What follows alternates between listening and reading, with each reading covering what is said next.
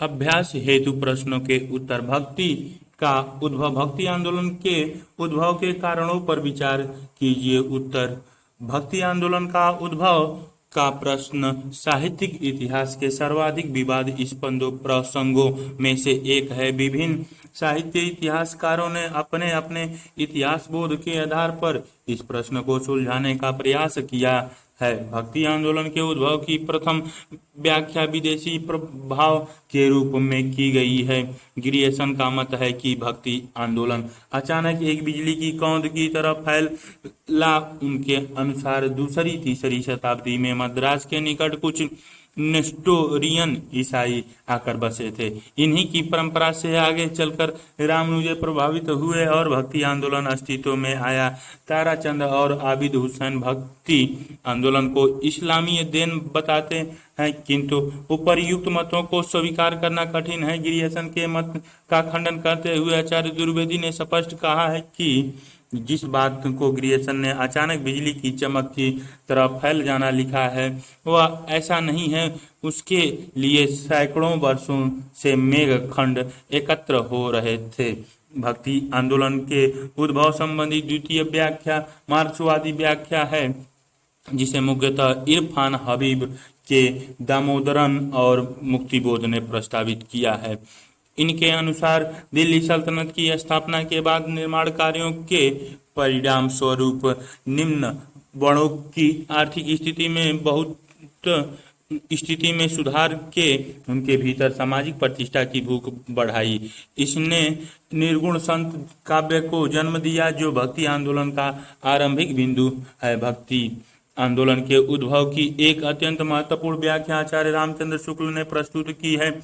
उनका मत है कि भारत में मुस्लिम साम्राज्य की स्थापना के उपरांत अपने पौरुष से हताश जाति के लिए भगवान की शक्ति और करुणा की ओर ध्यान ले जाने के अतिरिक्त दूसरा मार्ग ही क्या था। डॉक्टर रामस्वरूप चतुर्वेदी ने वल्लभाचार्य के संकेत देश मलेच्छाकांत है के आधार पर इस व्याख्या का समर्थन किया है। भक्ति आंदोलन के उद्भव की अन्य महत्वपूर्ण व्याख्या आचार्य हजारी प्रसाद द्विवेदी ने की है, जिनका समर्थन नामवर सिंह ने किया है। द्विवेदी जी के अनुसार भक्ति आंदोलन भारतीय सांस्कृतिक परंपरा का एक स्वतः स्फूर्त विकास है। वे कहते हैं कि अगर इस्लाम नहीं आया होता तो भी भक्ति साहित्य का 12 आना वैसा ही होता जैसे आज है। द्विवेदी जी का तर्क है कि भक्ति साहित्य जीविका का साहित्य है, हताश का नहीं। उपरोक्त सभी मतों का विश्लेषण करें तो हम पाते हैं कि विदेशी प्रभाव संबंधी व्याख्या तो प्राय अस्वीकार्य है, किंतु शेष सभी व्याख्याएं कहीं न कहीं आंशिक रूप से ठीक हैं। कोई भी जटिल सांस्कृतिक घटना वस्तुतः किसी एक कारण से जन्म नहीं लेती। उसकी व्याख्या बहुसूत्रीय पद्धति से ही हो सकती है। इसीलिए भक्ति आंदोलन अपने इतिहास, आर्थिक स्थिति और जनता की चित्तवृत्ति की पारस्परिक क्रिया प्रतिक्रिया से आजमा हुआ आंदोलन है, न कि किसी एक कारण से। शंकराचार्य के दर्शन अद्वैतवाद की मूल स्थापनाओं पर प्रकाश डालते हुए बताइए कि इस दर्शन का भक्ति पर सकारात्मक प्रभाव पड़ा या नकारात्मक। उत्तर। शंकराचार्य के दर्शन अद्वैतवाद के अंतर्गत पारमार्थिक या वास्तविक स्तर पर सिर्फ एक ही सत्ता अर्थात ब्रह्म को स्वीकार किया गया है। उनके अनुसार आत्मा और ब्रह्म एक ही है। जगत में आत्माओं का वैविध्य प्रतीत अवश्य होता है, किंतु यह वैविध्य वास्तविक नहीं है। विभिन्न आत्माएं ब्रह्म के प्रतिबिंब या आभास मात्र हैं। सत्य के 3 स्तर हैं: पारमार्थिक, व्यवहारिक, प्रतिभाषिक। पारमार्थिक स्तर पर केवल एक ही सत्ता है, ब्रह्म और आत्मा में अभेद है। व्यवहारिक स्तर पर 3 सत्ताएं हैं: ईश्वर, जीव तथा जगत। ईश्वर ब्रह्म का ही सगुण रूप है। जीव ब्रह्म का प्रतिबिंब है, जो शरीर से युक्त होने के कारण अपने मूल स्वभाव को भूल गया है। जगत ब्रह्म का आभास मात्र है। इसकी रचना ईश्वर माया के माध्यम से करता है। शंकर के अनुसार आत्मा और ब्रह्म मूलतः एक ही है। बंधन का कारण सिर्फ इतना है कि शरीर से युक्त होने के कारण आत्मा अपने मूल ब्रह्म स्वरूप को भूल गई है। बंधन का कारण अज्ञान है, अतः मोक्ष की प्राप्ति ज्ञान मार्ग से हो सकती है। जैसे ही आत्मा को ब्रह्मसि का ज्ञान प्राप्त होता है, वैसे ही उसे मोक्ष मिल जाता है और वह ब्रह्म हो जाती है। मोक्ष में किसी प्रकार के द्वैत या भेद नहीं बचता। शंकर के इस दर्शन का भक्ति पर नकारात्मक प्रभाव पड़ा। भक्ति के लिए भक्त और आराध्य में भेद स्वीकार करना अवश्य है, जबकि शंकर के अनुसार परमार्थ ये दोनों एक ही हैं। वे व्यवहारिक स्तर पर भक्ति को स्वीकार करते हैं और ज्ञान मार्ग के सहायक तत्वों के रूप में भी भक्ति को महत्व देते हैं, किंतु भक्ति से न तो परम सत्य का ज्ञान हो सकता है और न ही उसकी उपलब्धि। फिर मोक्ष की अवस्था में साधक ब्रह्म ही हो जाता है, उसका व्यक्तित्व विलीन हो जाता है। यह धारणा भी भक्तों को उचित प्रतीत नहीं होती। संत काव्यधारा और कबीरदास रैदास पर टिप्पणी लिखिए। भक्तिकालीन संत काव्यधारा के कवियों में कबीर के बाद रैदास सर्वाधिक महत्वपूर्ण कवि माने जाते हैं। रैदास की भक्ति का ढांचा भी निर्गुणवादी संत कवियों जैसा ही है, किंतु उनका स्वर कबीर जैसा आक्रामक नहीं है। रैदास की कविता की विशेषता निरीहता तथा कुंठाहीनता है। मूर्ति पूजा एवं तीर्थ यात्रा आदि बाह्य विधानों का विरोध कर उन्होंने भी आंतरिक साधना पर बल दिया है। भक्ति भावना ने उनमें वह बल भर दिया था जिसके आधार पर वे डंके की चोट पर घोषित कर सके कि उनकी जाति चाहे निम्न हो, पर राम की सेवा करने में वे किसी से कम नहीं है। जाति ओछा पाति ओछा, ओछा जन्म हमारा, राम राज की सेवा किन्हीं कही रविदास चमारा। वे कर्म एवं श्रम की महत्ता की प्रतिष्ठा करते हुए कहते हैं कि यदि मैं अपना कर्म करता रहता हूँ तो मुझे किसी तरह की चिंता की जरूरत नहीं है, क्योंकि राम ही मेरी चिंता करेंगे। रविदास भय नहीं चिंत हम मम चिंत करेंगे। राम रैदास की ब्रज भाषा में अवधी राजस्थानी खड़ी बोली एवं उर्दू फारसी के शब्दों का भी मिश्रण है। उनकी भाषा सरल प्रवाहमयी और गेयता के गुणों से युक्त है। एक उदाहरण दृष्टव्य है। प्रभु जी तुम चंदन हम पानी, जाकी अंग अंग बास समानी। प्रभु जी तुम स्वामी हम दासा, ऐसी भक्ति करे रैदासा। सुंदर दास पर टिप्पणी लिखिए। उत्तर निर्गुण संत कवियों में दादू दयाल के शिष्य सुंदर दास सर्वाधिक शास्त्रज्ञ एवं सुशिक्षित थे। यही कारण है कि उनकी कविता कलात्मक से युक्त है और उनकी भाषा पर मार्जित है। सुंदर दास ने पदों एवं दोहों के साथ साथ कवित्व एवं सवयों की भी रचना की है। उनकी काव्य भाषा में अलंकारों का प्रयोग बहुत ही है। उनका सर्वाधिक प्रसिद्ध ग्रंथ सुंदर विलास है। सुंदरदास योग मार्ग के समर्थक और अद्वैत वेदांत पर पूर्ण आस्था रखने वाले थे।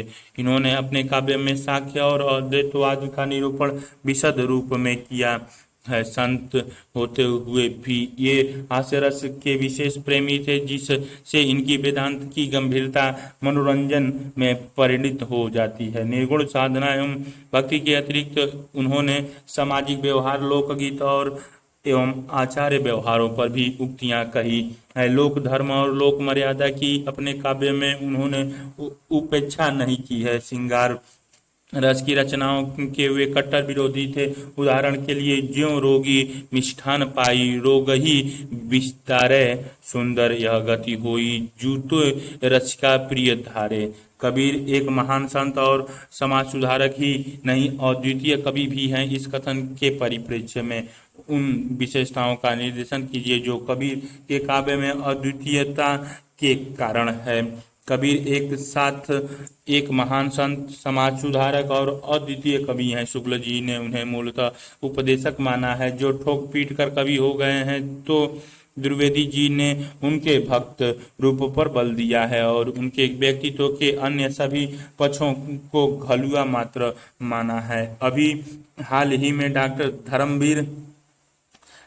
धर्मवीर ने कबीर को समाज सुधारक के रूप में प्रतिष्ठित स्थित करने का प्रयास किया है। कबीर का मूल व्यक्तित्व कुछ भी हो, उनके काव्य की सर्वश्रेष्ठता में कोई संदेह नहीं, और कई मायने में तो यह अद्वितीय है। कबीर के काव्य में सफा गोई, क्रांतिकारी तेवर, भावनात्मक रहस्यवाद की तड़प, भाषा की सरलता और विविध काव्य विषयों की एक साथ उपस्थिति इसे अद्वितीय बनाती है।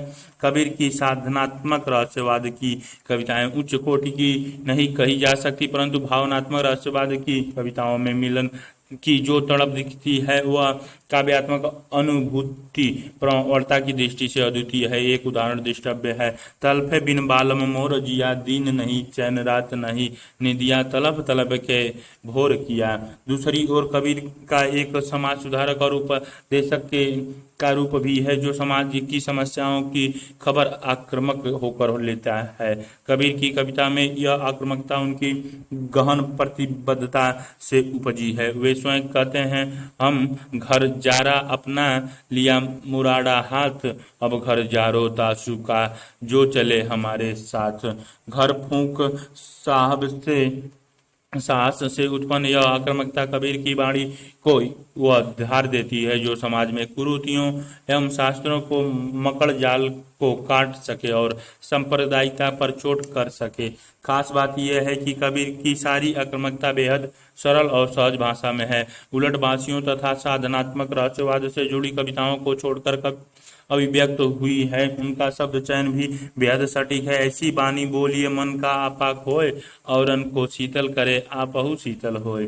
काव्य शास्त्रीय पैमानों पर कई बार कबीर की कविता कमतर दिखाई देती है, किंतु यदि यह माना जाए कि कविता के अनुसार प्रतिमान होना चाहिए न कि प्रतिमानों के अनुसार कविता, तो हम पाते हैं कि कबीर की कविताएं किसी महाकवि की अद्वितीय कविताएं ही हैं। सामाजिक कविताओं में उनकी व्यंग क्षमता उन्हें हिंदी साहित्य में सर्वोच्च स्थान प्रदान करती है, तो ईश्वर मिलन से संबंधित कविताओं की मधुरता और भावुकता बिहारी जैसे श्रृंगारिक कवियों की कविताओं पर भी भारी पड़ती है। शिल्प की दृष्टि से देखें तो वे वाणी के डिक्टेटर है ही। कबीर के काव्य में निहित रहस्यवाद के प्रेम मूलक, साधना मूलक और अभिव्यक्ति मूलक रूपों पर प्रकाश डालिए। उत्तर रहस्यवाद कबीर के काव्य की महत्वपूर्ण विशेषता है कि उनके काव्य में रहस्यवाद के 3 रूप दिखाई देते हैं: प्रेम मूलक रहस्यवाद, साधना मूलक रहस्यवाद, अभिव्यक्ति मूलक रहस्यवाद। कवि के प्रेम मूलक रहस्यवाद में भारतीय भक्ति का भी पुट है और सूफी प्रेम तत्व का भी। निर्गुण ब्रह्म के प्रति रति भावना ने ही कबीर की वाणी को रहस्यवादी रूप दिया है, जिसमें गंभीरता अशाक्ति प्रकट हुई है। हरि मेरा पियू में हरि की बहुरिया, राम बड़े मैं छुटकू लहुरिया। कबीर की रहस्यवादी भाव अभिव्यंजना में दाम्पत्य भाव का जो स्वरूप मिलता है, उसमें संयोग और वियोग दोनों पक्ष बड़े सुंदर बन पड़े हैं। संयोग के उल्लास का एक उदाहरण दृष्टव्य है। दुल्हनी गावहु मंगल चार, हम घरी आए हो राजा राम भरतार।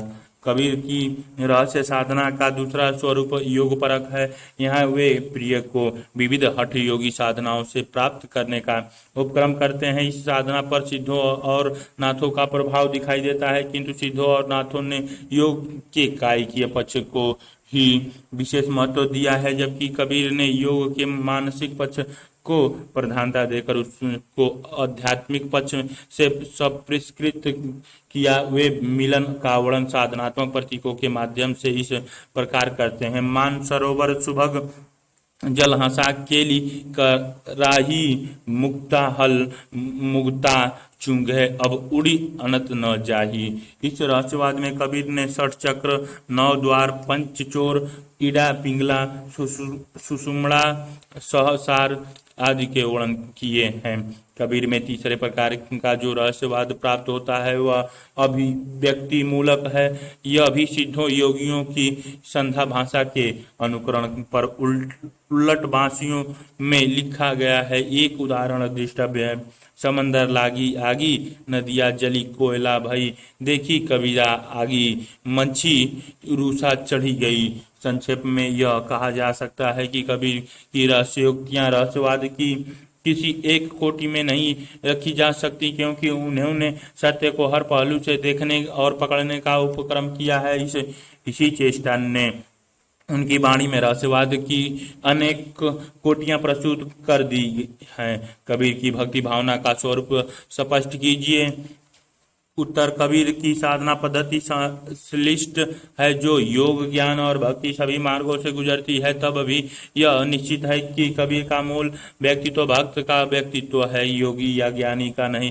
ईश्वर के प्रति उनकी सबसे गहरी तन्मयता उन्हीं क्षणों में दिखती है जब वे भक्ति के अतुल्य गहराइयों में डूबे होते हैं और ईश्वर के साथ भावनात्मक एक की अनुभूति कर रहे होते हैं। कबीर की भक्ति की विशिष्टता यह है कि यह परंपरागत भक्ति पद्धति का अंधानुकरण नहीं है। निजी अनुभूतियों के आधार पर किए गए बहुत से साहसी प्रयोगों का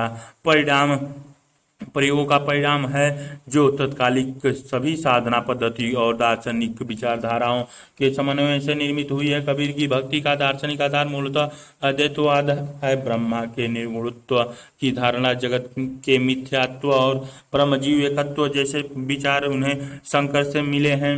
कबीर की भक्ति पर नाथपंथियों का अकड़ता और अमायिकता का भी गहरा प्रभाव नजर आता है। कबीर वे इस रास्ते पर चलने वाले से गहरी प्रतिबद्धता की मांग करते हैं। कबीर यह घर प्रेम का खाला का घर नाही, शीश उतरे हाथ करी सो पैसे घर माही। कबीर की भक्ति में चरम तन्मयता का भाव उन बिंदुओं पर नजर आता है जब वे सूफियों के तत्सवुफ दर्शन पर आधारित भावनात्मक रहस्यवाद की स्थिति में होते हैं। ईश्वर के विरह की सूफियाना तड़प और ईश्वर के मिलन की स्थिति में हाल की मस्ती, ये सब अनुभूतियां सूफियों के प्रभाव से कबीर की कविता में दिखती है। उदाहरण के लिए: तलफे बिनु बालम मोर जिया, दीन नाही चैन रात नाही निदिया, तलप तलप कै भोर किया। कबीर की भक्ति वैष्णव परंपरा से भी प्रभावित है। वह वैष्णव परंपरा से सगुण और अवतारी ईश्वर का विचार चाहे स्वीकार न करें। गुरु भक्ति,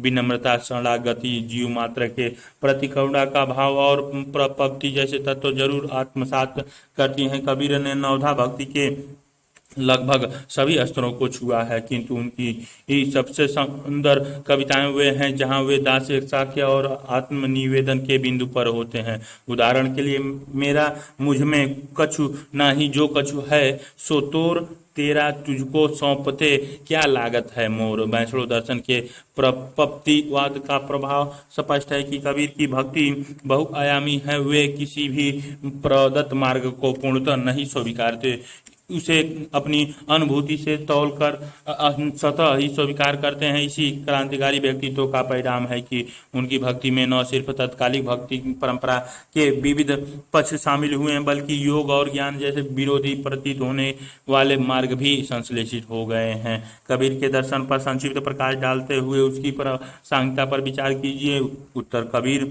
मूलतः भक्त हैं, दार्शनिक नहीं। वे साक्षर भी नहीं थे कि विभिन्न दर्शन ग्रंथ पढ़ सके, किंतु वे बहुश्रुत थे और उन्होंने विभिन्न दर्शन सारणियों को पर्याप्त मात्रा में सुना था। उनके पास कोई निश्चित और पूर्व निर्धारित दार्शनिक सिद्धांत नहीं था। उन्होंने विभिन्न स्रोतों से विभिन्न विचारों को ग्रहण किया। उन पर भारतीय औपनिषदिक चिंतन, शंकर के अद्वैतवाद, नाथपंथियों की योग साधना, सूफियों के भावनात्मक रहस्यवाद और वैष्णव की जीवन दृष्टि का प्रभाव पड़ा। ब्रह्मा, आत्मा, शरीर, जगत आदि विभिन्न सिद्धांतों के परिप्रेक्ष्य में उनके दर्शन का विवेचन किया जा सकता है। ब्रह्म के संदर्भ में कबीर की दृष्टि मूलतः अद्वैतवादी है, जिसके अनुसार ब्रह्मा एक है और वही सत्य है। कुछ आलोचकों ने कबीर के ब्रह्म विचार पर शंकर के अद्वैतवाद तथा इस्लामी एकेश्वरवाद का प्रभाव माना है। सच यह है कि कबीर के एकेश्वरवाद पर शंकर का प्रभाव अधिक स्पष्ट है। इसका प्रमाण यह है कि इस्लामी एकेश्वरवाद में जगत को सत्य माना गया है, जबकि शंकर के अद्वैतवाद की तरह कबीर ने जगत को मिथ्या माना है। रहना नहीं देश बिराना है, यह संसार कागज की पुड़ या बूंद पड़े घुली जाना है। कबीर का ब्रह्म निगुण है, यह अवतारवादी सिद्धांतों पर आधारित सगुण ईश्वर नहीं है। उन्होंने सगुण का सयास खंडन भी किया है। दशरथ सुत तिहु लोक बखाना, राम नाम का मरम है आना। आत्मा कबीर ने अद्वैतवाद के सिद्धांतों को स्वीकार करते हुए माना कि ब्रह्मा और आत्मा एक है। आत्मा नित्य तथा परमार्थिक सत्ता है। जीव पर माया का आवरण होने के कारण उसे आत्मा और ब्रह्म में अंतर प्रतीत होता है। ज्ञान होने पर वह माया के आवरण से मुक्त हो जाता है। इसीलिए वे स्पष्ट करते हैं, जल में कुंभ, कुंभ में जल है, बाहर भीतर पानी, फूटा कुंभ जल, जल ही समाना, यह तथ कहे ज्ञानी। शरीर के संबंध में कबीर का मत गीता दर्शन से मेल खाता है। वे मानते हैं कि शरीर पंच तत्वों से निर्मित है, जिसमें 3 गुण सत्व, रजस तथा तमस का समावेश है। इसकी भूमिका वही है जो आत्मा का वस्त्र कहकर व्यक्त की जाती है। वे मानते हैं कि जिसका जन्म हुआ है उसकी मृत्यु अवश्य भावी है। वे कहते हैं, जो उगया सो उठवे पुलिया, सो कुमिलाई, जो चिड़िया सो ढाई पड़े, जो आया सो जाई। जगत संबंधी दृष्टि से कबीर अद्वैत वेदांत के ज्यादा निकट है, क्योंकि उन्होंने बार बार जगत की निसरता पर बल दिया है। वे शंकर की तरह जगत को ब्रह्म का विवर्त या आभास मानते। उनका प्रसिद्ध कथन है, झूठ लयो उरझाई, साचा अलख जगलखा न जाई, जगलखा न जाई। माया, कबीर ने माया की व्याख्या अद्वैतवादी दृष्टिकोण से की है और उसे साधक को दिग्भ्रांति करने वाले दुष्ट शक्ति के रूप में परिभाषित किया है। उपरोक्त विवेचन के आधार पर हम कह सकते हैं कि कबीर ने किसी स्वतंत्र दार्शनिक चिंतन का सूत्रपात नहीं किया, लेकिन वे अपने दार्शनिक चेतना को अलग अलग स्रोतों से ग्रहण करते हुए उस पर अपनी अनुभूति की मुहर लगाते हैं। कबीर का दर्शन पाठक को तटस्थ ज्ञान की सुसुप्तता में नहीं छोड़ता, बल्कि वह जीवन के नितांत आत्मीयता और जीवंत प्रसंगों के संसार में ले जाता है। ब्रह्म, जीवन, मृत्यु, जगत और माया कबीर के दर्शन में मात्र शब्द नहीं, अपितु अनुभव के जीवंत प्रसंग हैं, जिनके माध्यम से कबीर सत्य की उपलब्धि करते हैं और साथ ही साथ असत्य की छाया से पाठक को आगाह करते हैं। दर्शन कबीर के यहाँ उद्देश्य नहीं है, वरना भक्ति का साधन है। इस रूप में वह पर्याप्त भी है और प्रासंगिक भी। कबीर की भाषा की काव्यात्मकता पर विचार कीजिए। उत्तर हिंदी आलोचकों में कबीर की भाषा के काव्यगत औचित्य पर विवाद की स्थिति है। अभिजातीय दृष्टिकोण से परीक्षा करने पर जहाँ कबीर की भाषा अकाव्योचित प्रतीत होती है, वहीं लोकवादी दृष्टिकोण से देखने पर कबीर की भाषा के भाषा नजर आने लगते हैं। आचार्य शुक्ल कबीर की भाषा को साधु ककड़ी कहते हुए खारिज करते नजर आते हैं, तो आचार्य द्विवेदी कबीर की भाषा का मूल्यांकन करते हुए कहते हैं कि भाषा पर कबीर का जबरदस्त अधिकार था। वे वाणी के डिटेक्टर थे। कबीर की भाषा में सबसे बड़ा गुण है संदर्भ विशेष में सटीक शब्द प्रयोग की क्षमता। उदाहरण स्वरूप, मैं तो कूता राम का, मुतिया मेरा नाव, गले राम की जेवड़ी, जीत खींचे तित जाओ। कबीर की भाषा की दूसरी सबसे महत्वपूर्ण शक्ति उनकी व्यंग क्षमता। एक उदाहरण दृष्टव्य है, काकर पाथर जोड़ी के मस्जिद लई बनाए, ता चढ़ी मुल्ला बाग दे, क्या बहरा हुआ खुदाए। ऐसा नहीं कि कबीर सिर्फ आक्रामकता के कवि हैं। कबीर ईश्वर के विरह और मिलन के प्रसंगों में सूफियाना भावों से इस कदर भर उठते हैं कि उसकी भाषा श्रृंगार रस और माधुर्य गुण के बड़े बड़े कवियों को पछाड़ देती है। इस संदर्भ में निम्नांकित पंक्तियां दृष्टव्य हैं। तलफे बिन बालम मोर जिया, दीन नहीं चैन रात नहीं नींदिया, तलप तलप के भोर किया। निसंदेह निरक्षरता एवं मूलतः कवि न होकर भक्त होने के कारण कबीर की काव्य भाषा में काव्य के शोभा कारक धर्मों, अलंकार, प्रतीक, बिंब, संगीतात्मकता आदि की उपस्थिति कम है, किंतु इसके बावजूद कबीर की भाषा इन गुणों से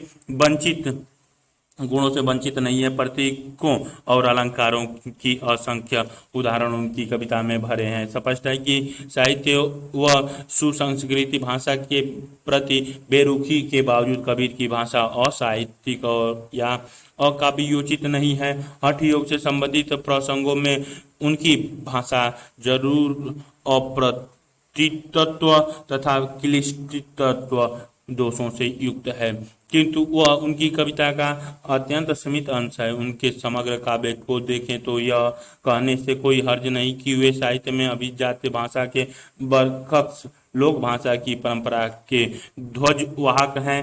कबीर के प्रतीक विधान पर प्रकाश डालिए। उत्तर, प्रतीकात्मकता कवि की महत्वपूर्ण विशेषता है कि भक्तिकालीन संत काव्यधारा के प्रतिनिधि कवि कबीर ने भी अपने काव्य में प्रतीकों का प्रयोग किया है। विशेषकर आध्यात्मिक प्रेम वर्णन में, सांसारिकता की क्षुण भंगुरता के निरूपण में तथा माया वर्णन में उन्होंने प्रतीकों का काफी प्रयोग किया है। ये प्रतीक कबीर की गहरी जीवन भूति, चिंतन मनन तथा रचनात्मक अभिव्यक्ति क्षमता के प्रमाण है। प्रेम वर्णन में कबीर ने जिन प्रतीकों का प्रयोग किया है वे व्यापक जीवन क्षेत्र से लिया गया है। साथ ही ये प्रतीक अत्यंत माधुर्यपूर्ण एवं अर्थगर्भी भी हैं। उदाहरण स्वरूप निम्नांकित पद दृष्टा है जिसमें कबीर ने दाम्पत्य प्रेम के प्रतीक के माध्यम से जीवात्मा की कतरता और पुकार को व्यंजित किया है। बालम आओ हमरे गेहरे,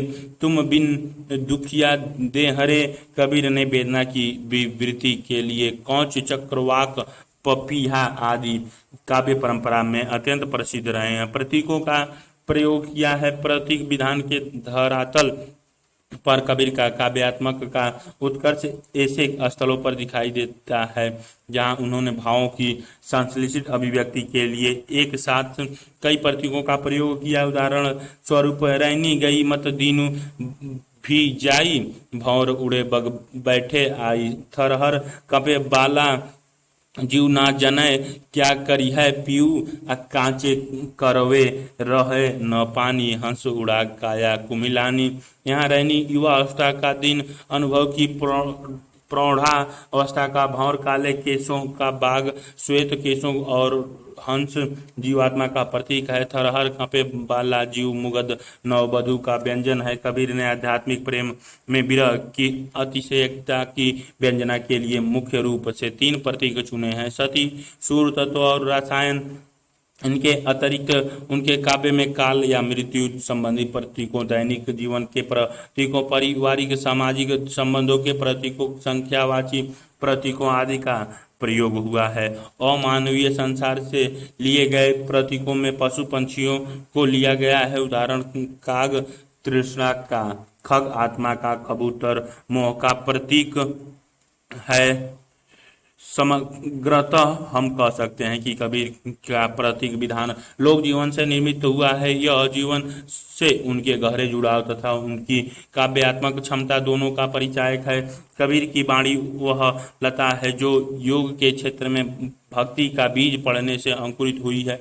इस कथन के परिप्रेक्ष्य में कबीर के काव्य की विवेचना कीजिए। उत्तर, कबीर की साधना पद्धति संश्लेषित है जिसकी शुरुआत योग मार्ग से हुई, जिसने कहीं कहीं ज्ञान मार्ग को छुआ और अंततः भक्ति मार्ग में पर्यवसित हुई। साधना पद्धति में निहित इसी गतिशीलता को इंगित करते हुए आचार्य द्विवेदी ने अपनी पुस्तक कबीर में लिखा है कि कबीर की वाणी वह लता है जो योग के क्षेत्र में भक्ति का बीज पड़ने से अंकुरित हुई है। कबीर का समय धर्म साधना के क्षेत्र में योग और भक्ति के चरम संघर्ष का समय है। भक्ति में भावना पर बल था जबकि योग में साधना पर, भक्ति में दैन्य और विनय की जरूरत पड़ती थी जबकि योग में प्रचंड आत्मविश्वास की, भक्तों में आवेग और सहृदयता का अतिरेक दिखता था। तो योगियों में अकड़ता और अमायिकता कूट कूट कर भरी थी। भक्ति लोग योग मार्ग को कठोर और निरर्थक समझते थे जबकि योगी प्रेम या भक्ति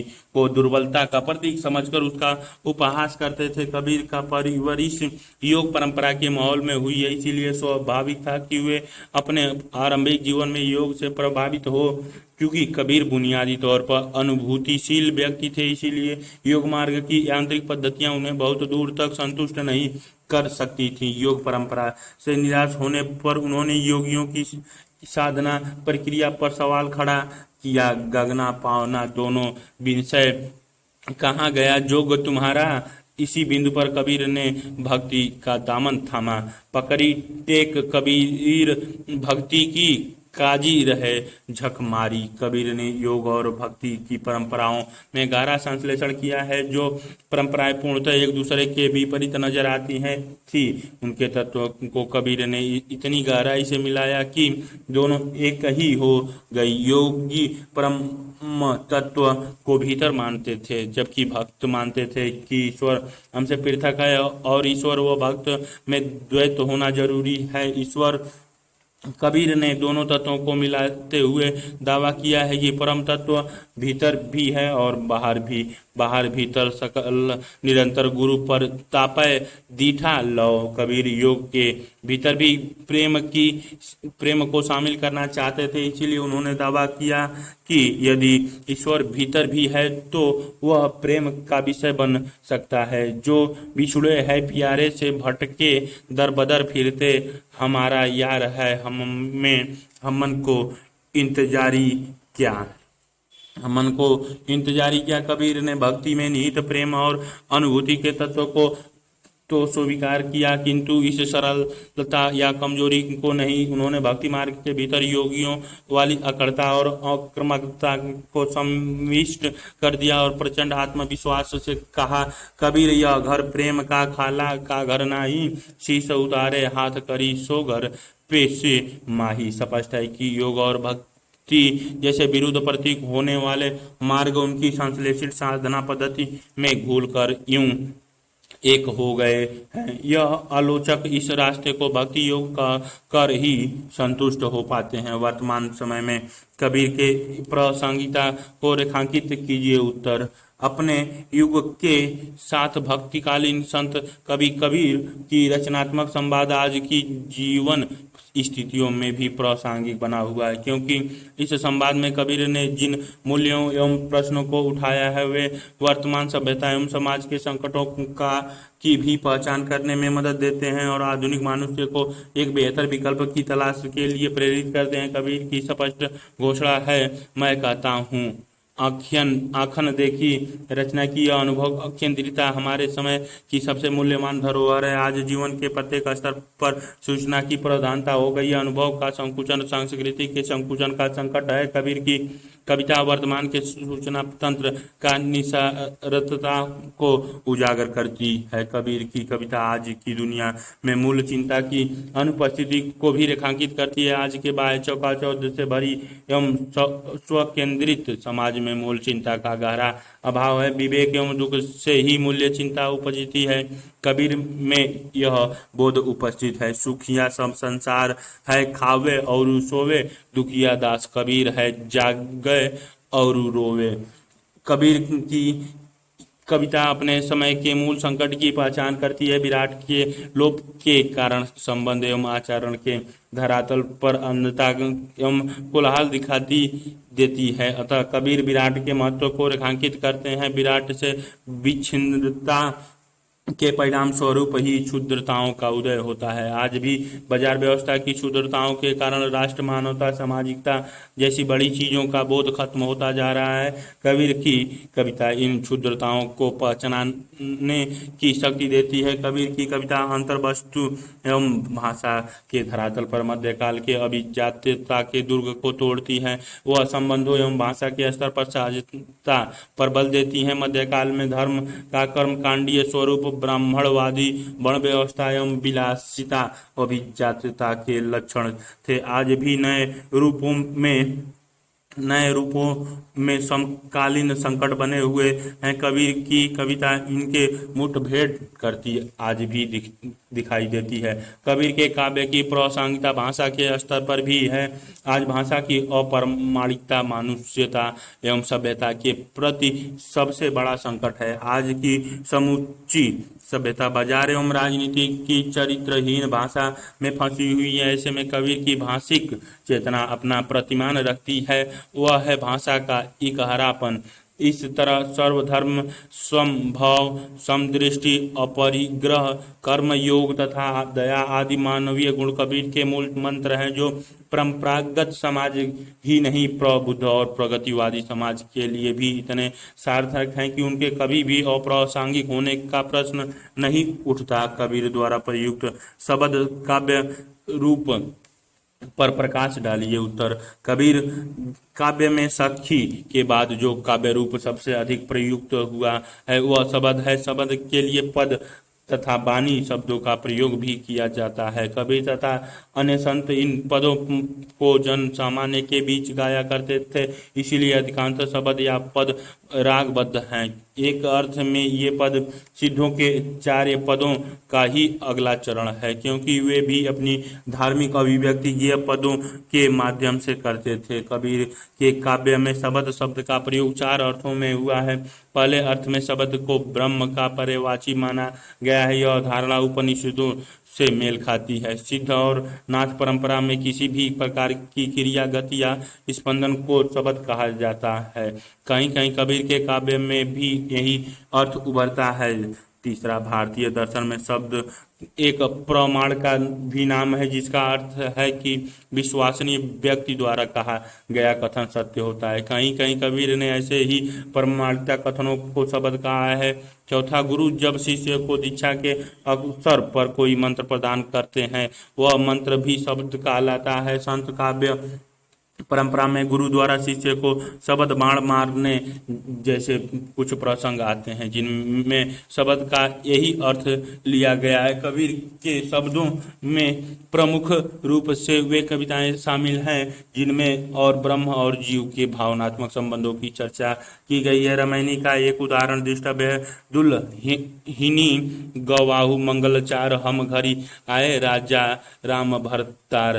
कबीर द्वारा प्रयुक्त रामायणी काव्य रूपों पर प्रकाश डालिए। उत्तर, रामायणी बीजक में संकलित तीन प्रमुख काव्य रूपों में से एक है। बीजक के जितने भी संस्करण उपलब्ध होते हैं उन सभी के आरंभ में रामायणियों को स्थान दिया गया है। रामायणियों की संख्या सभी बीजकों में 84 मानी गई है। रामायणियों में प्रमुखतः इसमें राम, निगूढ़ राम से संबंधित कुछ बातें कही गई हैं, इसीलिए माना जाता है कि रामायण शब्द बिगड़ते बिगड़ते रामायणी हो गया। किंतु सभी रामायणियाँ इसी विषय तक सीमित नहीं है। कुछ में सामाजिक विद्रूपताओं पर चोट भी की गई है। रामायणियों में प्रायः चौपाई, दोहा, छंद का प्रयोग हुआ है, किंतु यह निश्चित नहीं है कि कितनी चौपाइयों के बाद दोहे का प्रयोग किया जाए।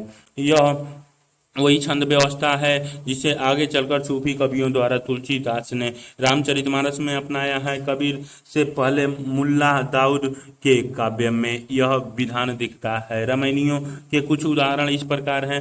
दशरथ सूत त्रिलोक बखाना, राम नाम का मरम है आना, कबीर कूता राम का मुतिया मेरा नाव, गले राम की जेवड़ी जीत खेचे तित जाओ, जो तू बामन बाभनी का जाया, आन बाट हयो क्यों नहीं आया। सूफी काव्य धारा व जायसी पद्मावत। सूफी शब्द का अर्थ स्पष्ट कीजिए। उत्तर, हिंदी साहित्य के इतिहास के विवादास्पद प्रसंगों में से एक यह भी है कि सूफी शब्द का वास्तविक अर्थ क्या है। वर्तमान समय में सूफी उसे कहा जाता है जो तत्सवुफ का अनुयायी है, अर्थात इश्क मजाजी और इश्क हकीकी के सिद्धांत को मानते हुए सभी धर्मों से प्रेम करता है। भिन्न विद्वानों ने सूफी शब्द की व्युत्पत्ति मूलक व्याख्या भिन्न भिन्न दृष्टियों से की है। सबसे प्रसिद्ध मत के अनुसार सूफी शब्द सबसे विकसित हुआ है, जिसका तात्पर्य है ऊन या ऊनी कपड़ा। सूफी साधक आरंभिक समय में भेड़ या बकरी की ऊन से बने कपड़े धारण किया करते थे, संभवतः इसीलिए उन्हें सूफी कह दिया गया है। दूसरे मत के अनुसार सूफी शब्द की उत्पत्ति सफा से हुई है, जिसका अर्थ है पवित्रता या शुद्धि की अवस्था। इस व्याख्या के अनुसार आचरण की पवित्रता और शुद्धता के ही कारण इन लोगों को सूफी कहा गया है। कुछ विद्वानों ने सफा शब्द को एक और व्याख्या की। उनके अनुसार मोहम्मद पैगंबर द्वारा मदीना की मस्जिद के बाहर सफा अर्थात मक्का की एक पहाड़ी पर जिन लोगों ने शरण ली वही आगे चलकर सूफी कहलाए। वस्तुतः इस विवाद का कोई भी सर्वमान्य निर्णय करना कठिन है। ज्यादा संभावना इस बात की है कि सूफी शब्द की उत्पत्ति सफा अर्थात उनसे हुई होगी, क्योंकि प्रथम दृष्टया बाह्य विशेषताएं ही समाज को नजर आती हैं। आगे चलकर बाकी व्याख्याएं क्रमशः विकसित होती गई होंगी। कुछ भी हो, आजकल इसका अर्थ तसव्वुफ को मानने वाले साधक से ही लिया जाता है। मुल्ला दाऊद और उनका चंद्रयान विषय पर टिप्पणी कीजिए। उत्तर, सूफी काव्य परंपरा के पहले कवि मुल्ला दाऊद है। इनकी रचना का नाम चंद्रयान या लोरिकाह है, जिसका रचना काल 1779 ईस्वी माना गया है। चंद्रयान पूर्वी भारत में प्रचलित लोरिक, उसकी पत्नी मैना और उसकी विवाहिता प्रेमिका चंदा की प्रेम कथा पर आधारित है। इस कृति का मुख्य प्रतिपाद भी प्रेम ही है, जिसे कवि ने अपने युग परिवेश में ढालकर प्रस्तुत किया है। बीच बीच में चंदा को अलौकिक सत्ता का भी प्रतीक बनाया गया है। चंद्रयान में समाज और संस्कृति का व्यापक अंकन हुआ है। यह समाज और संस्कृति मुल्ला दाऊद के अपने ही समय के समाज और संस्कृति का प्रतिरूप है, जिन्हें आवश्यकता अनुसार कवि कल्पना और काव्य रूढ़ियों के संस्कार से युक्त किया गया है। इस स्तर पर मूलतः एक प्रेमाख्यान होते हुए भी चंद्रयान अपने समय का एक सामाजिक ज्ञानकोश प्रतीत होता है। तत्कालीन धर्म, सांस्कृतिक रीति नीति, रहन सहन, खान पान आदि से संबंधित महत्वपूर्ण जानकारियां इस काव्य ग्रंथ से प्राप्त होती हैं। यह इस रचना का एक विशेष महत्व है। चंद्रयान में विविध साहित्यिक परंपराओं और रूढ़ियों का योग दिखाई देता है। इसमें एक ही साथ चरित्र, काव्य, मसनवी और प्रेमाख्यान के तत्व मिलते हैं। इसकी शैली में अपभ्रंश, फारसी तथा लोक साहित्य की रूढ़ियों की का संगम है। इसका भाषा परिष्कृत अवधि है, जिसे लगता है कि 14वीं सदी तक अवधि बोली का पर्याप्त विकास हो चुका था और वह काव्य भाषा के रूप में प्रतिष्ठित हो गई थी। संत काव्यधारा और सूफी काव्यधारा की विभिन्नताओं का उद्घाटन कीजिए। उत्तर, संत काव्यधारा और सूफी काव्यधारा दोनों ही भक्तिकालीन निगुण काव्य की दो धाराएं हैं। मूल रूप से दोनों ही निर्गुण परम सत्ता में आस्था रखती हैं, लेकिन दोनों में कई असमानताएं भी हैं, जिनमें से मुख्य असमानताएं निम्नलिखित हैं। सूफियों के एकेश्वरवाद और संत काव्य की अद्वैत चेतना में अंतर है। सूफी खुदा को एक मानते हैं और पूरी सृष्टि को उसके सौंदर्य का प्रतिबिंबन। यही कारण है कि संत काव्य के विपरीत सूफी काव्य में इस जगत के प्रति गहरी आसक्ति का भाव दिखाई देता है। संत काव्य में जगत को असत्य और माया रूप माना गया है। संत साधक ब्रह्म को ज्ञान गम्य मानते हैं और उसकी प्राप्ति के लिए ये योग साधना पर बल देते हैं, जबकि सूफी साधक अपनी साधना में ज्ञान का हमेशा निषेध करते हैं। वह प्रेम को जीवन के चरम मूल्य के रूप में स्वीकार किया है। दोनों ही काव्यधाराओं की साधना पद्धति में रहस्यवादी चेतना दिखाई देती है, परंतु उनके स्वरूप में कुछ मौलिक भिन्नता है। संतों के यहाँ ब्रह्म पुरुष है और आत्मा स्त्री है, जबकि सूफियों में ब्रह्म स्त्री रूप है और साधक पुरुष रूप। संत काव्य में साधनात्मक रहस्यवाद के समानांतर भावनात्मक रहस्यवाद की भी अभिव्यक्ति हुई है, किंतु सूफी काव्य का मूल आधार ही भावनात्मक रहस्यवाद है। संत काव्य में नारी अनिवार्यता माया रूपिणी है, अतः संत कवियों ने साधक को नारी से दूर रहने का उपदेश दिया है। सूफी काव्य में नारी बाधक नहीं बल्कि ब्रह्मानुभूति का आरंभिक सोपान है। संत काव्य आदंत मुक्तक शैली में लिखा गया है, जबकि सूफी काव्य का ढांचा प्रबंधात्मक है। भाषा के स्तर पर संत कवियों का भाषाई संगठन अव्यवस्थित और कई बोलियों का मिला जुला है, जबकि सूफी कवियों की काव्य भाषा काव्य कलागत विशेषताओं से युक्त ठेठ अवधि है। इस प्रकार दोनों धाराएं मध्यकालीन निगुण साधना की दो अलग अलग धाराएं हैं, जो कई बिंदुओं पर समान होते हुए भी अपनी साधना की प्रकृति में भिन्न हैं। सूफी दर्शन पर प्रकाश डालिए। उत्तर, सूफियों का संबंध मूलतः इस्लाम से रहा है, किंतु इस्लाम की मान्यताएं पूर्णतः उनके अनुकूल नहीं है। इसीलिए उन्होंने कुरान की मान्यताओं को अपनाने के साथ साथ अन्य दर्शनों की मान्यताओं को भी अपने दर्शन में स्थान दिया है। इस्लाम में धर्म की मान्यताएं अधिक कट्टर हैं। इस्लाम मानता है कि खुदा, जीव तथा जगत तीनों की भिन्न सत्ताएं हैं खुदा पवित्र है, यह जीव और जगत से भिन्न सत्ता है। पुनः इस्लाम खुदा और बंदे में राजा और प्रजा तथा स्वामी और दास का संबंध देखता है, प्रेम का नहीं। इन्हीं मान्यताओं को बदलना इस्लाम के लिए जरूरी था, अतः उन्होंने नब्बे प्लूटोवाद तथा अद्वैतवाद को भी स्वीकारा।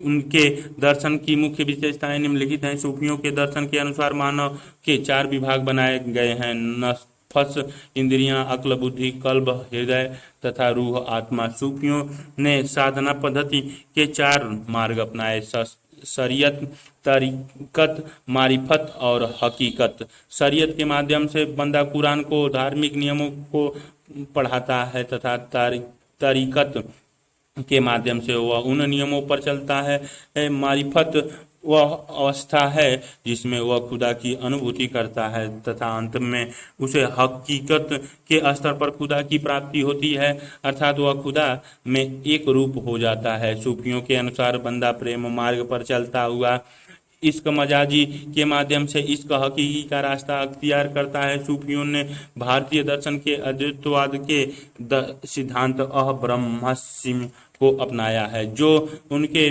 दर्शन अनलहक से स्पष्ट झलकता है। अन्य दर्शनों की भांति सूफी दर्शन में भी गुरु की महिमा को स्वीकारा गया है। गुरु के माध्यम से अंततः खुदा की प्राप्ति संभव है। सूफियों की मान्यता है कि संसार में पाप विद्यमान है और इस पाप को शैतान के माध्यम से फैलाया जाता है। शैतान साधक की साधना में अवरोध उत्पन्न करता है। ये जगत को वास्तविक सत्ता मानते हुए किंतु जगत को खुदा का कार्य नहीं बल्कि उसकी अभिव्यक्ति मानते हैं। स्पष्ट है कि सूफियों ने इस्लामी आधार को बनाए रखते हुए उसमें कुछ संशोधन किए हैं ताकि वे अपने परम तत्व या खुदा की प्रेमात्मा उपलब्धि कर सके। जायसी द्वारा प्रस्तुत नागमती का विरह वर्णन हिंदी साहित्य की अद्वितीय रचना है। इस विचार से आप कहाँ तक सहमत हैं? उत्तर: शुक्ल जी ने जायसी द्वारा प्रस्तुत नागमती के विरह वर्णन को हिंदी साहित्य की अद्वितीय रचना माना है। जायसी द्वारा प्रस्तुत नागमती का विरह वर्णन बेहद रमणीय, सुंदर व मार्मिक है। इस विरह वर्णन में उन्होंने कुछ ऐसे तत्वों का समावेश किया है कि यह वर्णन हिंदी साहित्य के सर्वश्रेष्ठ विरह वर्णन के रूप में स्वीकृति हो गई है। नागमती के विरह वर्णन की सबसे महत्वपूर्ण विशेषता यह है कि इसमें नागमती को रानी के रूप में नहीं बल्कि विरहदग्ध मान्यता सामान्य नारी के रूप में वर्णित किया गया है। इसलिए नागमती विरह में साधारणीकरण की अद्भुत क्षमता आ गई है। नागमती के विरह वर्णन की दूसरी बड़ी विशेषता है आत्मविस्तार। जो नागमती कभी बड़े बड़े राजाओं पर भी ध्यान नहीं देती थी, वह पंछियों से भी अपनी हृदय वेदना कहती है। पीयूषो कहु संदेशा हे भौरा हे काग, सो धनी बिरहे जारी मुई तेहिक धुआं हमही लाग। नागमती के वियोग में गार्ह स्थितिक चेतना का अद्भुत समावेश है। साथ ही यह अपनी प्रतिबद्धता में भी अनूठा है। अपने पति के दायित्व विहीन व्यवहार के बावजूद वह अपने प्रेम को पूरी तरह दृढ़ है। नागमती कहती है, यह तन जरह छार के कहा कि पावन उड़ाव, मकु तो ही मार्ग उड़ी पड़े, कंत धरे जहाँ पाँव। स्पष्ट है कि श्रृंगार के वियोग पक्ष का वर्णन जायसी पूर्ण रमणीय और मार्मिकता के साथ करने में सफल हुए हैं। हालांकि यदि आधुनिक दृष्टिकोण से देखें तो आचार्य शुक्ल के निष्कर्मों से पूर्णतः सहमत होना कठिन प्रतीत होता है। यह बात सही है कि नागमती का विरह गार्ह स्थितिक विरह है, न कि देह की भूख या वासना की आकुलता से उत्पन्न होने वाला विरह। फिर भी इस विरह में मध्यकालीन नारी की दासता तथा विषम स्थितियों का सूक्ष्म चित्रण भी दिखाई देता है। कुल मिलाकर यह मानने में कोई अतिशयोक्ति नहीं है कि अपनी अद्भुत साधारणीकरण क्षमता, अपने व्यापकता तथा प्रेम की प्रतिबद्धता आदि तत्वों के कारण नागमती का विरह वर्णन हिंदी साहित्य में सचमुच एक अद्वितीय वस्तु है। क्या नागमती का विरह वर्णन मध्यकालीन नारी की दासता का चित्रण है? अपना मत प्रकट कीजिए। उत्तर: नागमती का विरह वर्णन विवादों को जन्म देता रहा है। शुक्ल जी ने इसे हिंदी साहित्य की अद्वितीय वस्तु बताया है, जिसका प्रमुख आधार यह है कि यह आंशिक मशकों का निर्लज प्रलाप नहीं है बल्कि हिंदू गृहिणी की पवित्र विरह वाणी नारी है जिसका सात्विक मर्यादा पूर्ण रूप ब्रह्म मनोहर है, किंतु बाद में समीक्षकों मुख्यतः नारीवादी और प्रगतिवादी समीक्षकों का तर्क है कि नागमती का विरह वर्णन वस्तुतः मध्यकालीन लिंग भेद का प्रमाण है, जिसे सांस्कृतिक मर्यादाओं के चश्मे से देखने पर गौरवपूर्ण बताया जाता है। वस्तुतः मध्यकाल में नारी की स्थिति चिंताजनक रही। सम्मानती माहौल में नारी या तो भोग की वस्तु है या त्याज्य वस्तु है। वस्तुतः पद्मावत में नागमती का विरह इसी मध्यकालीन नारी की सामाजिक दशा का प्रामाणिक चित्रण है। इसके कई आधार हैं। क विरह सिर्फ नागमती को है, रत्नसेन को नहीं। रत्नसेन के पास विकल्प है कि वह दूसरा विवाह कर सके, पर मध्यकालीन नारी अपनी सुरक्षा और सम्मान के लिए पति पर ही निर्भर होने का विवश है। नागमती बहुत बड़ी रानी होकर भी अपने पति द्वारा वंचित है। यह इस बात का प्रमाण है कि आर्थिक स्थितियां बेहतर होने से नारी का शोषण खत्म नहीं होता। इसी भेदभाव को जब सामंतवादी सांस्कृतिक मूल्यों में पिरो दिया जाता है तो इसे पवित्रता, नारी गृहस्थ धर्म का दायित्व और आदर्श नारीत्व जैसे शब्दों से व्यक्त किया जाता है। नागमती ने न सिर्फ रत्नसेन के रास्ते को नर्म बनाने के लिए खुद को राख बना देने के लिए तैयार है, बल्कि वह पद्मावती के साथ समझौता करने को भी तैयार है। अपने प्रिय को किसी और के साथ बांटने का समझौता पुरुष की नहीं, नारी की ही नियति है। किंतु सिर्फ यह कहकर नागमती के विरह का महत्व खारिज नहीं किया जा सकता। उसके विरह में दास्ता एक पक्ष जरूर है, किंतु उसकी प्रतिबद्धता और भावुकता महत्वहीन नहीं है। जैसी व कबीर के रहस्यवाद की तुलना कीजिए। उत्तराचार्य रामचंद्र शुक्ल ने कबीर और जायसी के रहस्यवाद की तुलना करते हुए अपना मत दिया है कि जहाँ कबीर का रहस्यवाद रूखा व शुष्क है, वहीं जायसी का रहस्यवाद सुंदर व रमणीय है। उनके अनुसार कबीर का रहस्यवाद अंतर्मुखी है, अर्थात कबीरनाथ पंथ और अद्वैतवाद के प्रभाव में आत्मा व परमात्मा या कुंडलिन व महाकुंडलिन के मिलन की बात तो करते हैं, किंतु जगत के प्रत्येक हिस्से में ईश्वर का साक्षात्कार नहीं कर पाते। इसके विपरीत जायसी जिस दर्शन को लेकर चले हैं वह उपनिषदों का सर्ववाद या सूफी का सर्वेश्वरवाद है, जिसके अनुसार यह जगत मिथ्या या असतत नहीं बल्कि ईश्वर की ही सहज अभिव्यक्ति है। इसीलिए जैसे ब्रह्मांड की एक एक प्राकृतिक वस्तु में ईश्वरीय सौंदर्य की छटा देखते हैं, किंतु आचार्य शुक्ल का यह मत एक सीमा तक ठीक होने के बावजूद निरापद नहीं है। वस्तुतः कबीर ने कई ऐसे कविताएं लिखी हैं जिनमें संपूर्ण ब्रह्मांड के में ईश्वर अभिव्यक्त होता हुआ प्रतीत होता है, जैसे लाली मेरे लाल की चित देखूं तितलाल। पुनः कबीर के काव्य का एक बड़ा हिस्सा भावनात्मक रहस्यवाद से प्रभावित है और उसमें आत्मा व परमात्मा से संबंधित विरह तथा मिलन के ऐसे प्रसंग आए हैं जो मार्मिकता व भावुकता में किसी भी रहस्यवादी काव्य में बेहतर हैं। तलफ बिन बालम मोर जिया, दिन नहीं चैन रात नहीं निदिया, तलफ तलफ के भोर किया। दूसरी और यह कहना भी उचित नहीं है कि जैसी सर्वत्र बहिर्मुखी रहस्यवाद में विश्वास करते हैं। आचार्य शुक्ल ने स्वयं जैसी का एक प्रसंग उद्धृत किया है जिसमें जयसीनाथ कवियों के समान ईश्वर की कल्पना अपने भीतर करते हैं। पीयू हृदय मह भेंट न होई, कोरे मिलवा काहो के ही रोई। स्पष्ट है कि कबीर व जायसी दोनों कवियों के यहाँ रहस्यवाद के वैविध्यपूर्ण चित्र मिलते हैं और दोनों के कुछ चित्र सौंदर्य की दृष्टि से अप्रीतम है। इतना अवश्य कहा जा सकता है कि तुलनात्मक रूप से जायसी का रहस्यवाद अधिक सरस व माधुर्य है, क्योंकि वह मूलतः भावनात्मक रहस्यवाद से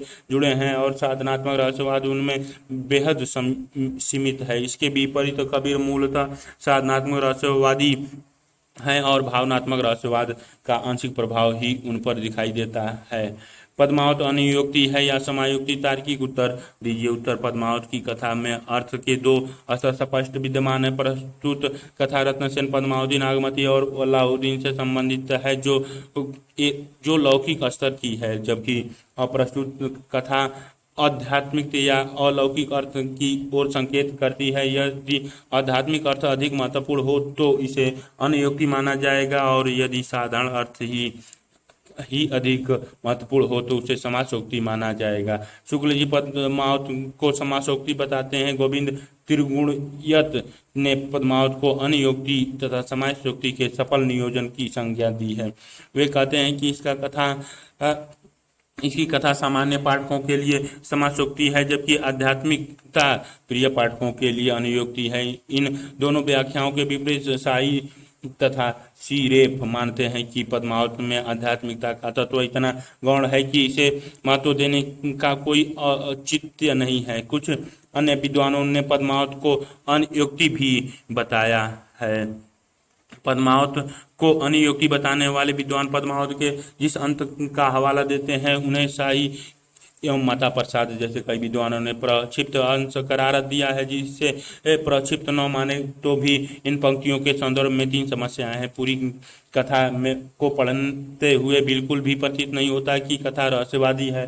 दूसरा, कथा के उत्तरार्ध पर प्रतीकात्मक व्याख्या लागू नहीं होती। यह प्रतीक दो कोश खुद भी अंतर्विरोधों से ग्रस्त है। उदाहरण के लिए पद्मावती खुदा से मिलने वाली बुद्धि मानी गई है, जबकि नागमती को ठीक उसके विरोधी रूप में दुनिया धंधा कहा गया। इससे प्रतीत होता है कि या तो ये प्रतीक वास्तविक नहीं है या जैसी कथा में इन प्रतीकों का निर्वाह कर नहीं पाए हैं। अब प्रश्न यह है कि यदि पद्मावत अनुयोक्ति नहीं है तो क्या इसे समासोक्ति मान सकते हैं। इसका पहला आधार यह है कि पाठक को रहस्यात्मक अर्थ समझे बिना भी लौकिक अर्थ समझने में कोई समस्या नहीं होती, अर्थात साधारण अर्थ रचना के लिए प्रतीकार्थ से अधिक महत्वपूर्ण है। दूसरा आधार है कि रहस्यात्मक अर्थ रचना में शुरुआती आधे हिस्से में तो सक्रिय रहता है, किंतु उसके बाद नहीं रह पाता है। यदि पद्मावत अनुयोक्ति होती तो रहस्यात्मक अर्थ अंत तक बना रहता है,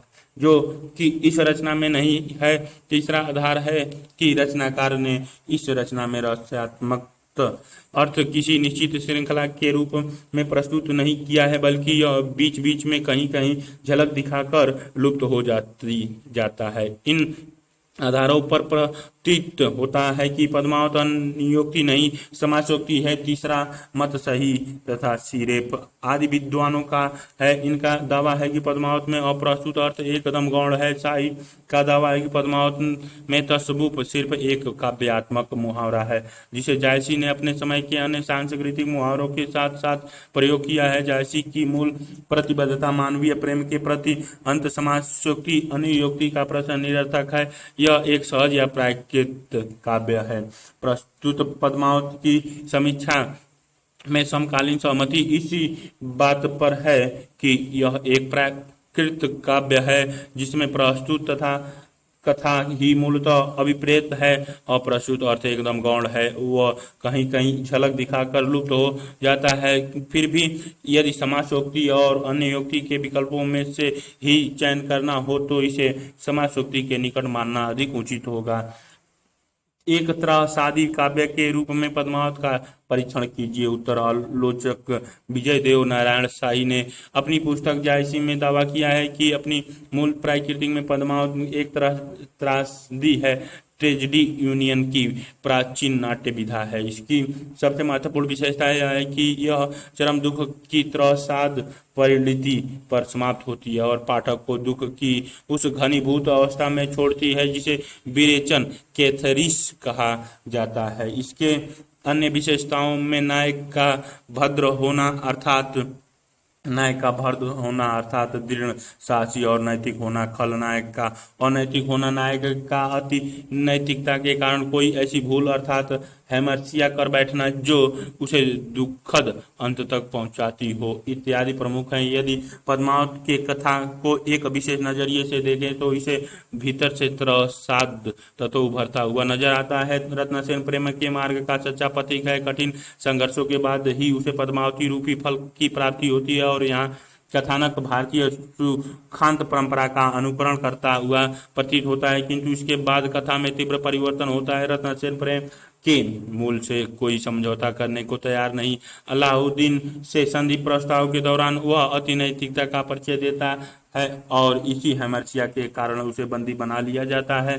बाद में युद्ध करते हुए देवपाल को मारकर खुद भी वीरगति को प्राप्त होता है। इसकी मृत्यु के साथ ही पद्मावती सती हो जाती है। रत्नसेन और पद्मावती की मौत होना और खलनायक अलाउद्दीन का जीवित रह जाना रचना के अंत में त्रसाद तत्व की सृष्टि करता है। किंतु पद्मावती की त्रासदी यूनानियों की त्रासदी से पूर्णतः मेल नहीं खाती। यूनानियों की त्रासदी में खलनायक सफल होता है और नायक विफल। पद्मावत में सच पूछा जाए तो सब विफल हुए हैं। पद्मावत के त्रास तत्व का सबसे सुंदर पक्ष उसमें निहित दार्शनिकता है, जिसके अनुसार जीवन की का सार तत्व यही है कि उसमें निरर्थक हिंसा व संघर्ष की जगह नहीं है। उनके अनुसार मनुष्य चाहे मर जाए किंतु उसके कर्म नहीं मरते, उसकी स्मृतियां नहीं मरती। फूल मरे पे मरे न बासु।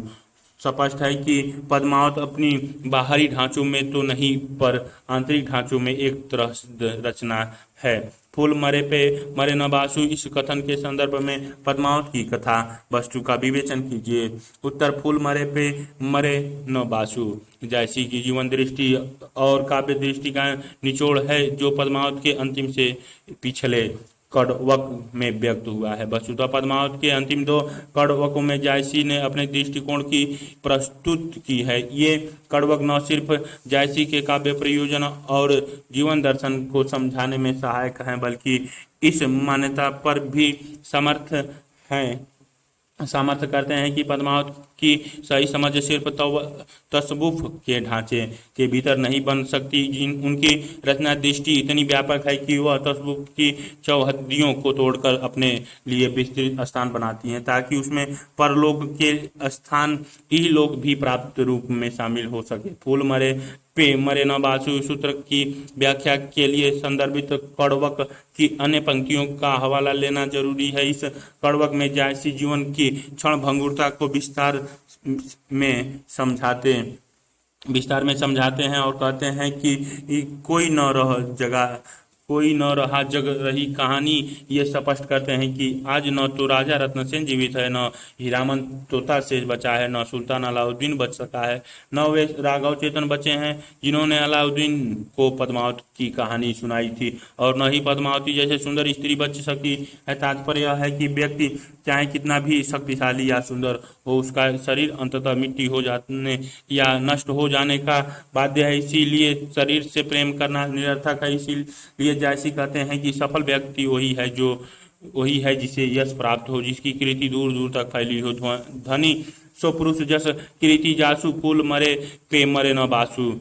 यही जायसी पद्मावत की रचना का प्रयोजन भी स्पष्ट करते हैं। इनकी इच्छा यश प्राप्ति की है, जो इसे कड़वक के अंतिम दोहे के दूसरे वाक्य में साफ नजर आती है। जो यह पढ़े कहानी हम सवरे दुई बोले, और इस यश प्राप्ति के लिए ये पूरी प्रतिबद्धता के साथ समाज को प्रेम की मार्मिकता समझना चाहते हैं। प्रेम कहानी के लिए जो प्रतिबद्धता और कष्ट सहने की क्षमता चाहिए, वही क्षमता प्रेम की कथा कहने के लिए भी जरूरी है। जायसी ने इसी कड़वक की पहली चौपाई में स्पष्ट किया है कि प्रेम की इस पीड़ा की प्रस्तुति के लिए उन्हें स्वयं कौन से दर्द झेलने पड़े। मोहम्मद कभी यह जोरी सुनावा, सुना सो पीर प्रेम का पावा, जोरी लाई रकत के लेई, गाढ़ी प्रीति नयनन जल भेई। यह प्रेम पद्मावत की केंद्रीय पक्ष है। प्रेम का संबंध लालच या भोग से नहीं है, प्रतिबद्धता, आत्मसमर्पण और आत्म विस्तार से है। पद्मावत का सार तत्व यही है कि जो अपने जीवन में ऐसा प्रेम उपलब्ध कर लेता है, उसका लौकिक जीवन भी वैकुंठी हो जाता है। मानुष प्रेम बहु वैकुंठी नाही तो काहे छार एक मुंठी। स्पष्ट है कि फूल मरे पे मरे न बासु जायसी के जीवन व काव्य संबंधी मान्यताओं का सार तत्व है। पद्मावत कितना इतिहास है और कितनी कल्पना विवेचनात्मक। उत्तर दीजिए। पद्मावत के कथानक के संबंध में यह प्रश्न उठता रहा कि इसकी कथा ऐतिहासिक है, काल्पनिक है, या ऐतिहासिक व कल्पना का मिश्रण है। पद्मावत की ऐतिहासिक व विश्लेषण इसके दो भागों के आधार पर किया जा सकता है। पहले भाग में रत्नसेन और पद्मावती की प्रेम कथा है जो दोनों के विवाह तक चलती है। दूसरे भाग में इन दोनों के चित्तौड़ लौटने के बाद की कथा है। ध्यान से देखें तो कथानक का पहला भाग काल्पनिक है, जबकि दूसरा भाग इतिहास और कल्पना के मिश्रण पर आधारित है। कथानक के पहले भाग में जो कहानी ली गई है उसका संबंध इतिहास से नहीं, लोक आख्यान से है। इस कथा के पहले भाग में कई ऐसी बातें हैं जो न इतिहास सम्मत है और न हो सकती है। जो कहानी परंपरा से लोक जीवन में चली आ रही थी उसमें भी जायसी ने परिवर्तन किए। उदाहरण के लिए जायसी ने पद्मावती को सिंघल द्वीप का निवासी बताया, जबकि लोक कथा में ऐसा नहीं है। पद्मावत के दूसरे भाग में ऐतिहासिकता के कुछ संदर्भ विद्यमान है। कर्नल टाड के अनुसार चित्तौड़ के राजा का नाम भीम सिंह या भीमसिंह था, जबकि आईने अकबरी में रतन सिंह या रतन सेन नाम का उल्लेख है। दोनों ही संस्करण मानते हैं कि उक्त राजा की पद्मिनी नाम की एक सुंदर रानी थी। दोनों संस्करण यह भी मानते हैं कि अलाउद्दीन ने इस राजा पर 2 आक्रमण किए, किंतु कथानक के इस दूसरे भाग में कुछ कल्पनाएं भी हैं और ये किसी न किसी कारणवश ही आई हैं। उदाहरण के लिए राघव चेतन की कथा काल्पनिक है, जिसका प्रयोग इसलिए किया गया है कि अलाउद्दीन के आक्रमण की कथा जोड़ी जा सके। दूसरी कल्पना रत्नसेन का अलाउद्दीन को अपनी पत्नी देखने की अनुमति न देना है। जायसी ने ऐसा इसलिए किया है क्योंकि नायक के लिए खलनायक को अपनी पत्नी देखने की अनुमति देना गौरवपूर्ण नहीं कहा जा सकता। जब राजा को बंदी बनाकर दिल्ली शिविर में रखा गया तो समय निकालकर जायसी ने गोरा बादल की वीरगाथा तथा देवपाल का प्रसंग भी कल्पना से उपस्थित किया, ताकि पाठक को उत्साह भाव व पीर रस की अनुभूति कराई जा सके। समग्रतः हम कह सकते हैं कि पद्मावत का पहला अंश लोक श्रुति तथा दूसरा भाग इतिहास पर आधारित है। दोनों ही खंडों में कल्पना का अच्छा प्रयोग है। पहले खंड की कल्पनाएं प्रधानता तसव्वुफ या सूफी आध्यात्मिकता को व्यक्त करने के लिए की गई हैं, जबकि दूसरे खंड की कल्पनाएं लौकिक कथा को नाटकीय मोड़ व औचित्यपूर्ण समाधान देने के लिए आई हैं। कल्पना का यह प्रयोग पद्मावत की शक्ति है, क्योंकि पद्मावत अंततः इतिहास नहीं साहित्य है और साहित्य का निर्माण तथ्यों से नहीं कल्पनाओं से होता है। क्या पद्मावत एक महाकाव्य है? तार्किक उत्तर दीजिए। उत्तर जायसीकृत पद्मावत के महाकाव्य को लेकर हिंदी आलोचकों में विवाद की स्थिति रही है। सबसे पहले आचार्य शुक्ल ने स्पष्ट रूप से कहा है कि पद्मावत अंततः एक प्रेम गाथा है ही संपूर्ण जीवन गाथा या महाकाव्य नहीं। माता प्रसाद गुप्त जैसे विद्वानों ने इस मत का खंडन करते हुए पद्मावत को महाकाव्य मानने पर बल दिया। विजय देव नारायण शाही तथा नित्यानंद तिवारी जैसे समीक्षकों की राय है कि यह विवाद ही निरर्थक है, क्योंकि हर रचना को महाकाव्य की कसौटी पर नहीं परखा जा सकता। होने तो यह चाहिए कि रचना के स्वरूप के अनुसार उसके काव्य रूप का निर्धारण किया जाए। पद्मावत की महाकाव्यात्मकता जिस कारणों विवादों के घेरों में है वह यह है कि इसकी कथा के 2 समानांतर अर्थ दिखाई देते हैं। प्रतीकों के बेहद कम होने के कारण आध्यात्मिक अर्थ को केंद्र में रखकर इसकी महाकाव्यात्मकता स्वीकार नहीं की जा सकती। दूसरी ओर लौकिक कथा ऐसी है कि वह इस रचना को महाकाव्यात्मक आयाम दे नहीं पाती। किसी रचना को महाकाव्य कहने के लिए बाहरी लक्षणों से अधिक आंतरिक लक्षणों की आवश्यकता होती है। अतः पद्मावत की समीक्षा महाकाव्य के आंतरिक लक्षणों अर्थात उद्धत्व कार्य, उद्धत्य चरित्र, जीवन की संपूर्णता तथा औद्धत्य मूलक प्रभाव जैसे बिंदुओं के आधार पर होनी चाहिए। पद्मावत की लौकिक कथा के 2 उद्देश्य या कार्य दिखाई देते हैं। पहला रत्नसेन और पद्मावती का विवाह और दूसरा रत्नसेन की मृत्यु पर पद्मावती और नागमती का सती होना। इनमें से पहला उद्देश्य उद्धता नहीं है, क्योंकि वह व्यक्तिगत प्रेम की साधना मात्र है। दूसरे उद्देश्य को उद्धता माना जा सकता है क्योंकि उसमें त्याग की भावना और सामाजिक मूल्यों की केंद्रितता है। तब भी यदि रामचरितमानस जैसे महाकाव्य से तुलना करें तो हम पाते हैं कि उसमें उद्देश्य की महानता ज्यादा स्पष्ट है, क्योंकि राम द्वारा रावण पर विजय प्राप्त करना असत्य पर सत्य की विजय के शाश्वत मूल के अनुकूल है। पद्मावत का नायक रत्नसेन उदात्त चरित्र की कसौटियों पर खरा नहीं उतर पाता है। रत्नसेन की पद्मावती के वर्णन को सुनते ही मूर्छित हो जाना, एक पत्नी के ही होते हुए दूसरी पत्नी की खोज में निकल पड़ना, माँ और पत्नी को अपने सुखों के लिए छोड़ देना, अपना झूठ छिपाने के लिए भाइयों द्वारा सत्ता हड़पने के प्रयास जैसा झूठ बोलना तथा बात बात पर हार मान लेना, आत्महत्या का प्रयास करने लगना और बिना ईश्वरीय शक्ति के आगे न बढ़ पाना, ये सभी तत्व उसके चरित्र के औद्धत्य को भंग करते हैं। महाकाव्य का तीसरा प्रतिमान जीवन की संपूर्णता का प्रस्तुतिकरण है। पद्मावत का विश्लेषण करें तो हम पाते हैं कि इसमें जीवन के कुछ पक्ष जैसे वियोग और वीरता तो विस्तृत रूप से आए हैं, किंतु जीवन की सभी दशाएं नहीं आ सकती हैं। इतना ही नहीं, ये जटिलताओं से रहित भी है। जो थोड़ी बहुत जटिलताएं हैं उनमें भी रत्नसेन का व्यवहार धैर्य और आत्मविश्वास से युक्त नहीं है, बल्कि ईश्वर को खुद आकर स्थितियों का समाधान करना पड़ता है। महाकाव्य का अंतिम कसौटी उदात्त प्रभाव है। ध्यानपूर्वक देखें तो पद्मावत का प्रभाव औदात्य का पर्याप्त सृजन नहीं कर पाता। नागमती और पद्मावती का सती होना और रत्नसेन द्वारा पत्नी की प्रतिष्ठा का हनन करने वाले देवपाल पर आक्रमण करना कुछ मात्रा में ही औदात्य की सृष्टि कर पाता है। निष्कर्षतः हम कह सकते हैं कि पद्मावत महाकाव्य हो या न हो, इसमें महान काव्य के लक्षण अवश्य नजर आते हैं। ऐसी स्थिति में बेहतर यही है कि महाकाव्य या गैर महाकाव्य कहने के स्थान पर हम रचना का मर्म समझते हुए उसका काव्य रूप तय करें। इस काव्य में पद्मावत को मध्य युगनी रोमांचक काव्य या प्रेमाख्यान काव्य कहना ही ज्यादा ठीक है।